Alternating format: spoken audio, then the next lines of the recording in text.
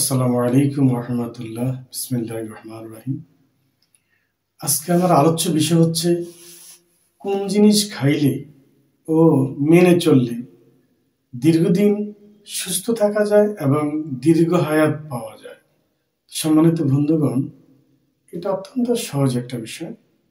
দুইটি হাদিস এবং কোরআন আলোকী কথাটা, সেটা হলো, যদি আপনি প্রতিদিন এশার নামাজের পর অথবা 10টার আগে অথবা 9টার আগে আপনি যদি ঘুমিয়ে যান এবং নিয়মিত যদি আপনি কালো জিরা তেল অথবা কালো জিরা যেভাবে আপনি খান, যদি নিয়মিত এই দুইটা জিনিস, একটা হলো নিয়ম মেনে চলা আর একটা হলো খাদ্যাভ্যাস করে তোলা, যদি আপনি এইভাবে চলেন তাহলে আপনি দীর্ঘদিন সুস্থ থাকবেন এবং আপনি দীর্ঘদিন হায়াত পাবেন।